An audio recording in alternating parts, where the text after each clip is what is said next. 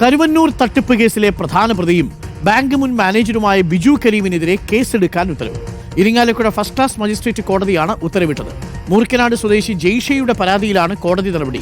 ജെയ്ഷയുടെ പേരിൽ 35 ലക്ഷം രൂപയുടെ വ്യാജരേഖ ചമച്ചു എന്നാണ് പരാതി. ജെയ്സൺ ചാമോളപ്പിൽ ചേരുന്നു കൂടുതൽ വിവരങ്ങളുമായി. ജെയ്സൺ ചാമോളപ്പിൽ, വീണ്ടും മറ്റൊരു പരാതി വരികയാണോ ഈ ബിനുവിനെതിരെ? ഈ കേസിലെ കരുവന്നൂർ തട്ടിപ്പ് കേസിലെ പ്രധാന പ്രതിയാണ്. ഈ കരുവന്നൂർ തട്ടിപ്പുമായി ബന്ധപ്പെട്ട് വ്യാജരേഖ ചമച്ചുവെന്നാണോ കേസ്? അതല്ല ഈ ചങ്ങാതിക്ക് ഇത് തന്നെയാണോ പരിപാടി? അരുൺകുമാർ, നമ്മളെ ഏറെ അത്ഭുതപ്പെടുത്തുന്നതും ആശങ്കപ്പെടുത്തുന്നതുമായ തട്ടിപ്പുകളുടെ വാർത്തകൾ നിരന്തരം വന്നുകൊണ്ടിരിക്കുന്ന സ്ഥലമാണ് കരുവന്നൂർ ബാങ്ക് എന്ന് പറയുന്നത്.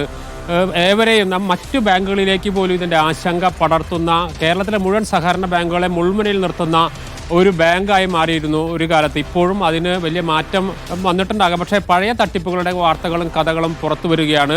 ഇപ്പോൾ ഏറ്റവും പുതിയതായി പുറത്തു വന്നിരിക്കുന്നത് അന്നത്തെ മുൻ മാനേജറായിരുന്ന ബിജു കരീമിനെതിരെ ഈ മുൻ കരുവന്നൂർ കേസിലെ പ്രധാന പ്രതി തന്നെയാണ് ബിജു കരീം എന്ന് പറയുന്നത്. പക്ഷേ അയാൾക്കെതിരെ വീണ്ടും കേസെടുക്കാനായിട്ട് ഇരിഞ്ഞാലക്കുട കോടതി ഉത്തരവിട്ടിരിക്കുന്നത്. പരാതി ഒരു ജെയ്ഷ എന്ന സ്ത്രീയുടേതാണ്. അവരുടെ ഭർത്താവ് 2013 5 ലക്ഷം രൂപ വായ്പ എടുത്തിരുന്നു. പിന്നീട് ആ വായ്പ തിരിച്ചടച്ചു. പക്ഷേ പിന്നീട് വീണ്ടും അവിടെ കുറച്ച് പൈസ ഡെപ്പോസിറ്റ് ചെയ്തു. അതിന് 2018 ഗൗതമൻ, ജെയ്ഷയുടെ ഭർത്താവ് മരിച്ചു. പിന്നീട് 2022 വീട്ടിലെത്തി 35 ലക്ഷം രൂപ നിങ്ങളിവിടെ നിന്ന് വായ്പ എടുത്തിട്ടുണ്ടെന്ന് പറഞ്ഞ് ബാങ്കുകാരെത്തുകയാണ്. അതിനുശേഷം അവർ അത്തരമൊരു വായ്പ എടുത്തിട്ടില്ലെന്ന് ഇവർക്ക് ഉറപ്പുള്ളതുകൊണ്ട് അവർ പോലീസിൽ പരാതി നൽകി. പക്ഷേ യാതൊരു നടപടികളും ഉണ്ടായില്ല. അതിനുശേഷമാണ് ഇവർ കോടതിയെ സമീപിക്കുന്നത്. 2013, 2015, 2016 വർഷങ്ങളിലായി 35 ലക്ഷം രൂപ വായ്പ എടുത്തുവെന്നാണ് ബാങ്ക് നോട്ടീസ് കൊടുത്തത്.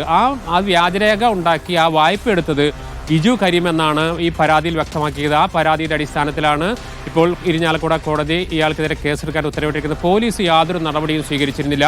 ഇത്തരത്തിൽ നിരവധി വ്യാജ രേഖകൾ ഉണ്ടാക്കി വായ്പയുടെ പേരിൽ കോടികൾ തട്ടിയെടുത്തിട്ടാണ് കരുവന്നൂർ ബാങ്ക് ഈ സ്ഥിതിയിലായത്. രാജ്യത്തെ ഏറ്റവും മോശം പേരുണ്ടാക്കിയ ഒരു ബാങ്കാണ്. അതിൽ ഈ പഴയ കഥകൾ ഇനിയും പുറത്തു വരാനിരിക്കുന്നു എന്നാണ് ഈ കേസ് വ്യക്തമാക്കുന്നത്. അരുൺകുമാർ, ഓക്കെ, എന്തായാലും ഇപ്പോൾ ബിജു കരീമിനെതിരെയാണ് ഇപ്പോൾ കേസ് വന്നിരിക്കുന്നത്. ആലോചിച്ച് നോക്കി, വ്യാജരേഖയൊക്കെ ചമയ്ക്കുന്നതിന് ഒരു ഉളുപ്പുമില്ലാതെ വന്നിരിക്കുന്നു.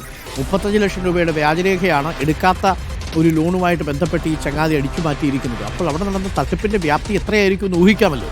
ജെയ്സനാണ് വിവരങ്ങൾ നൽകിയത്. പ്രിയപ്പെട്ട